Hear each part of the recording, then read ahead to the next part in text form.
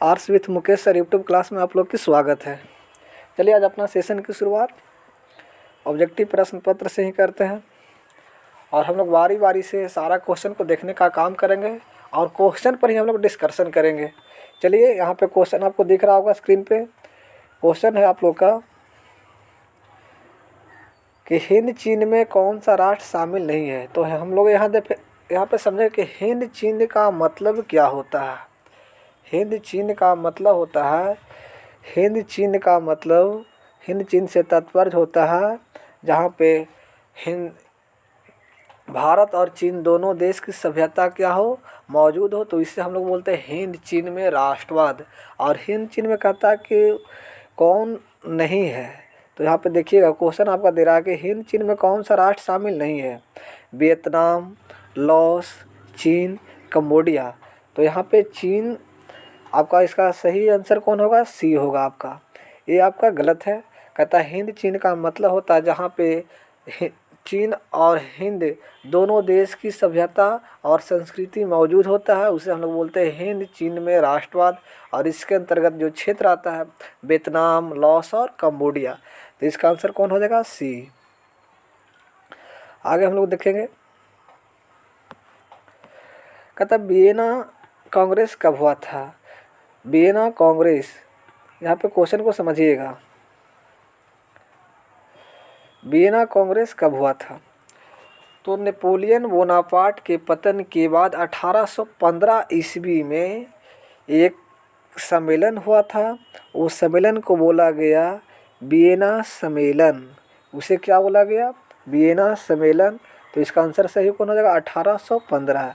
दूसरा का आपका ये हो जाएगा। भारत में गद्दर पार्टी की स्थापना किसने किया।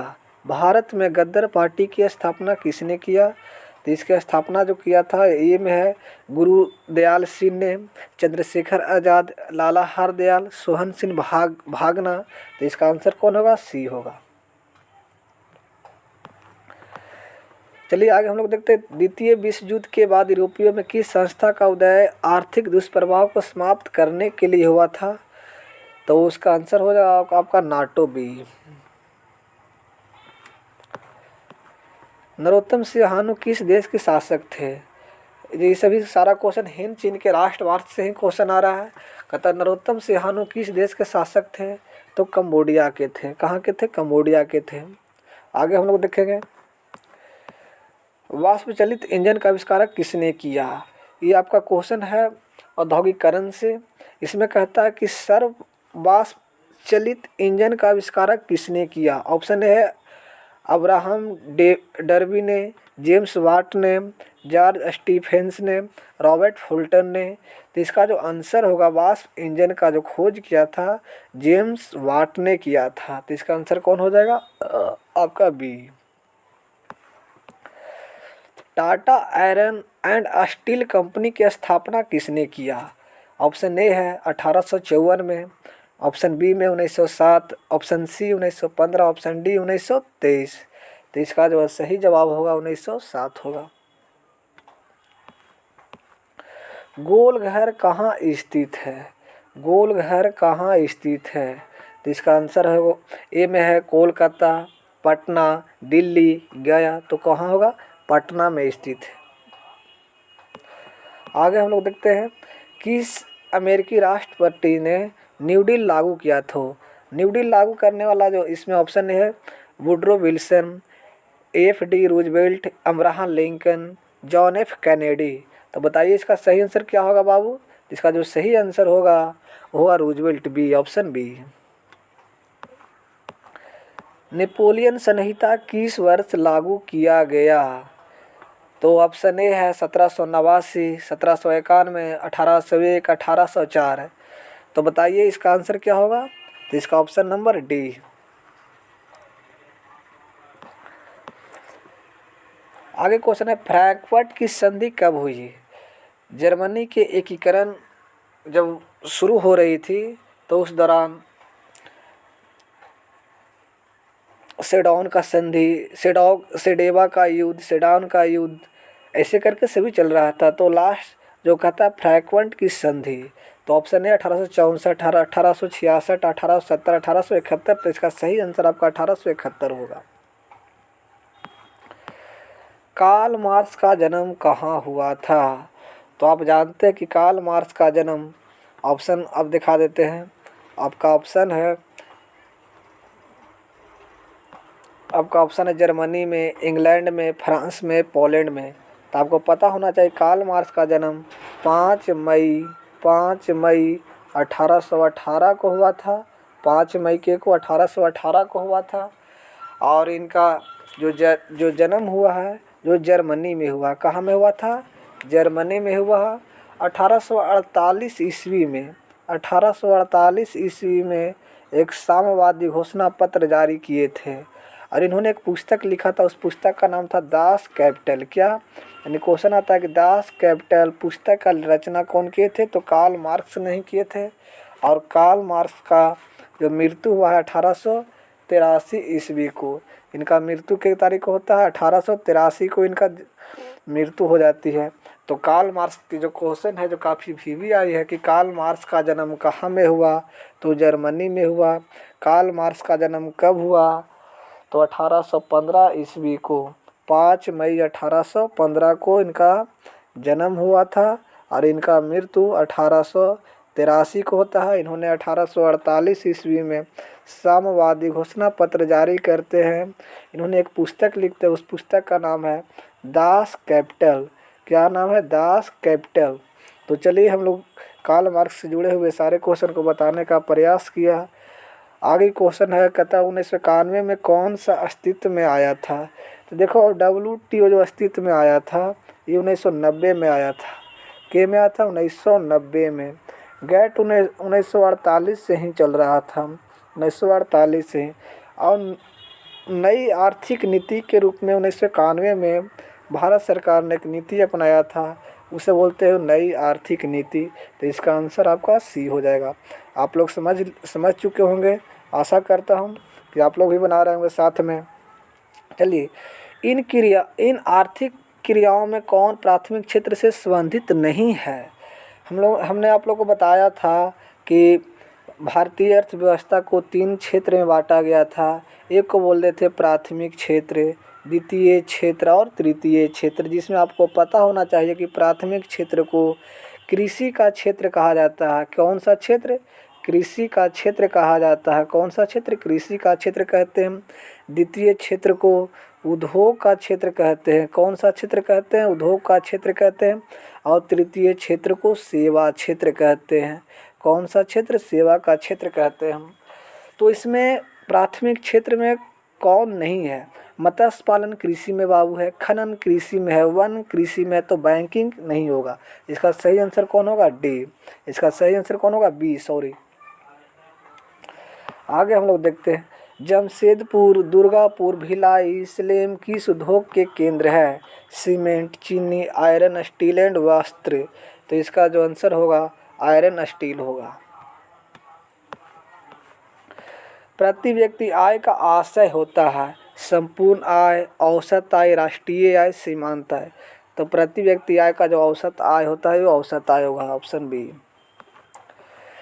राष्ट्रीय विकास परिषद का गठन कब हुआ? तो ऑप्शन ए है 1950, 1951, 1952, 1955। तो इसका सही जवाब क्या होगा? 1900। राष्ट्रीय विकास परिषद का गठन 6 अगस्त 1952 को हुआ था बाबू। 6 अगस्त 1952 को हुआ था। एग्ज़ाम के लिए मोस्ट इम्पोर्टेंट क्वेश्चन है, कई बार क्वेश्चन एग्ज़ाम में पूछता है। तो इसका सही आंसर आपका सी होगा। इसका सही आंसर क्या होगा? सी होगा। बांग्लादेश का मुद्रा का नाम क्या है? तो बांग्लादेश का मुद्रा का नाम है टक्का। क्या नाम है? टक्का। राष्ट्रीय आय का अर्थ है, राष्ट्रीय आय का मतलब होता है सरकार, ये में है सरकार की आय, पारिवारिक आय, सार्वजनिक उपक्रमों की आय, उत्पादन के साधन की आय। तो आपका सही आंसर कौन होगा? उत्पादन की साधन की आय। आगे हम लोग देखते हैं, भारत में उपभोक्ता संरक्षण कानून कब लागू किया? उपभोक्ता संरक्षण कानून लागू किया गया 1968, 1986, 1984, 1976।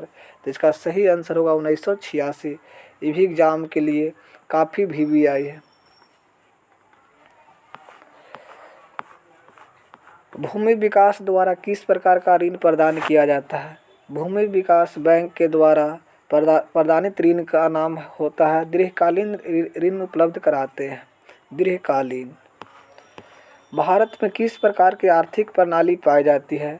भारत की जो आर्थिक प्रणाली है, ऑप्शन ए है पूंजीवादी अर्थव्यवस्था, समाजवादी अर्थव्यवस्था, मिश्रितवादी अर्थव्यवस्था और साम्यवादी अर्थव्यवस्था। तो इसका सही आंसर मिश्रितवादी अर्थव्यवस्था होगा, option number C. Nagarjuna Sagar परियोजना संबंधित है सतलज से, कावेरी से, नर्मदा से, कृष्ण से। तो इसका आंसर होगा डी। इसका आंसर क्या होगा? डी होगा। 26 दिसंबर 2004 को विश्व का कौन सा भाग सुनामी से प्रभावित हुआ था? पश्चिमी एशिया, आर्कटिक महासागर, अटलांटिक महासागर, बंगाल की खाड़ी। तो इसका सही आंसर होगा बंगाल की खाड़ी। आपदा से क्वेश्चन है, समान संचार व्यवस्था को बाधित होने का मुख्य कारण क्या होता है? केबल का टूट जाना, संचार टावरों की दूरी, टावरों की ऊंचाई में कमी, इनमें से कोई नहीं। तो समान संचार व्यवस्था यदि बाधित होता है तो बाधित होने का मतलब होता है केबल को टूट जाना। बाढ़ क्षति पहुंचाती है। क्वेश्चन है, आपदा से क्वेश्चन है कि बाढ़ क्षति पहुंचाती है फसलों को, पशुओं को, भवनों को। तो इनमें से सभी। तो इसका आंसर कौन होगा? इनमें से सभी। स्वर्णिम चतुर्भुज संबंधित है रेलवे से, सड़क मार्ग से, जल मार्ग से, वायु मार्ग से। तो स्वर्णिम चतुर्भुज है जो संबंधित है सड़क मार्ग से, ऑप्शन बी। बाढ़ के समय लोगों को जाना चाहिए, ऑप्शन ए गांव के बाहर, खेतों में, उच्च भूमि पर, कहीं नहीं। तो बाढ़ के समय लोगों को उच्च भूमि पर जानी चाहिए। आपका आगे का जो क्वेश्चन है, क्वेश्चन नंबर 29, निम्न में से कौन क्षेत्रीय राजनीतिक दल है? भारतीय जनता पार्टी, भारतीय कांग्रेस पार्टी, जनता दल यूनाइटेड और भारतीय कम्युनिस्ट पार्टी। तो इसका आंसर होगा सी। आप लोग को बताए थे, इसका आंसर होगा सी। ये क्वेश्चन अभी करता है कि भारतीय जनता पार्टी की स्थापना कब हुआ है? तो भारतीय जनता पार्टी की स्थापना 1980 में हुआ है। भारतीय राष्ट्रीय कांग्रेस की स्थापना 1885 में हुआ है और भारतीय कम्युनिस्ट पार्टी की स्थापना 1922 में हुआ है। 1922 में हुआ है और जदयू की स्थापना 1999 में हुआ है। 1999। ये चारों क्वेश्चन काफ़ी भी आई है। पंचायत के चुनाव करवाता है, ये क्वेश्चन है पंचायती राज व्यवस्था से है। कहता है पंचायत की चुनाव कौन करवाता है? केंद्र सरकार, जिला परिषद, राज्य चुनाव आयोग, राज्य सरकार। तो इसका राज्य का चुनाव आयोग करवाता है। तो इसका आंसर राज्य चुनाव आयोग होगा सी। भारत के किस राज्य से पंचायती राज की शुरुआत हुई है? तो भारत के किस राज्य से पंचायती राज की शुरुआत हुआ है? तो राजस्थान। इसका आंसर क्या होगा? राजस्थान से। यानी कि भारत में पंचायती राज व्यवस्था का जो शुरुआत हुआ है जो राजस्थान से हुआ है और बलवंत राय मेहता समिति रिपोर्ट के आधार पर भारतीय पंचायती राज व्यवस्था को 3 स्तर पर बांटा गया है। कितने स्तर पे? 3 स्तर पे बांटा गया है, जिसमें पहला ग्राम स्तर पे ग्राम पंचायत का गठन होता है, प्रखंड स्तर पर पंचायत समिति का गठन होता है और तीसरा होता है जिला स्तर पर जिला परिषद का गठन होता है। इस आधार पर पंचायती राज व्यवस्था की गठन किया गया है। 2 अक्टूबर 1959 को पंचायती राज व्यवस्था का शुरुआत किया गया था। वर्ष 1975 में किस लिए जाना जाता है? वर्ष 1975 भारतीय राजनीति में किस लिए जाना जाता है? इस वर्ष आम चुनाव हुए थे, श्रीमती इंदिरा गांधी प्रधानमंत्री बने थे, देश में आंतरिक आपातकाल लागू हुआ था और जनता पार्टी की सरकार बनी थी। तो इसका सही आंसर हुआ देश में आंतरिक आपातकाल लागू हुआ था। ताड़ी विरोधी आंदोलन किस प्रांत से शुरू हुआ है? ताड़ी विरोधी आंदोलन ऑप्शन ए बिहार, उत्तर प्रदेश, आंध्र प्रदेश, तमिलनाडु। तो इसका आंसर होगा तमिलनाडु। नहीं, ऑप्शन सी होगा आंध्र प्रदेश। धर्म के समुदाय का मुख्य आधार मानता है। धर्मों को समुदाय का मुख्य आधार कौन मानता है? तो सांप्रदायिकता। कौन मानता है? ऑप्शन हुआ सांप्रदायिकता। सांप्रदायिकता का मतलब होता है अपने धर्म के समुदाय के प्रति स्नेह और दूसरे धर्म के समुदाय के प्रति घृणा का व्यवहार करता है, तो उसे बोलते हैं सांप्रदायिकता कहते हैं। धर्मनिरपेक्षता का मतलब होता है अपने धर्म की तरह दूसरे धर्म को भी देखना, दूसरे को भी स्नेह देना, ये उसे धर्मनिरपेक्षता कहते हैं। भारत धर्मनिरपेक्ष देश है। सत्ता में साझेदारी सही है। ये में विविधता को बढ़ाती है, देश की एकता को कमज़ोर करती है, फैसला लेने में देर करती है, भिन्न भिन्न समुदाय के बीच टकराव को कम करती है। तो इसका होता है भिन्न भिन्न समुदाय के बीच को टकराव कम करती है। ऑप्शन डी इसका सही होगा।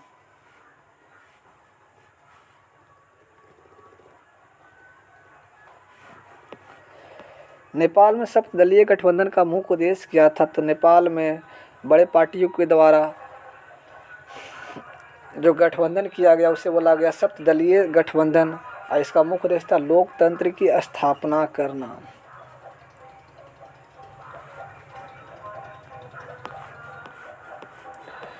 भारत में इन राज्यों में कौन कोयला का सबसे बड़ा उत्पादक है? पश्चिम बंगाल, झारखंड। तो इसका सही आंसर होगा झारखंड। कोयला का सबसे बड़ा उत्पादक राज्य झारखंड। सौर ऊर्जा के उत्पादन के लिए सर्वाधिक उपयुक्त राज्य है असम, अरुणाचल प्रदेश, राजस्थान, मेघालय। तो इसका आंसर कौन होगा? अरुणाचल प्रदेश। बिहार की पहली नदी घाटी परियोजना कौन है?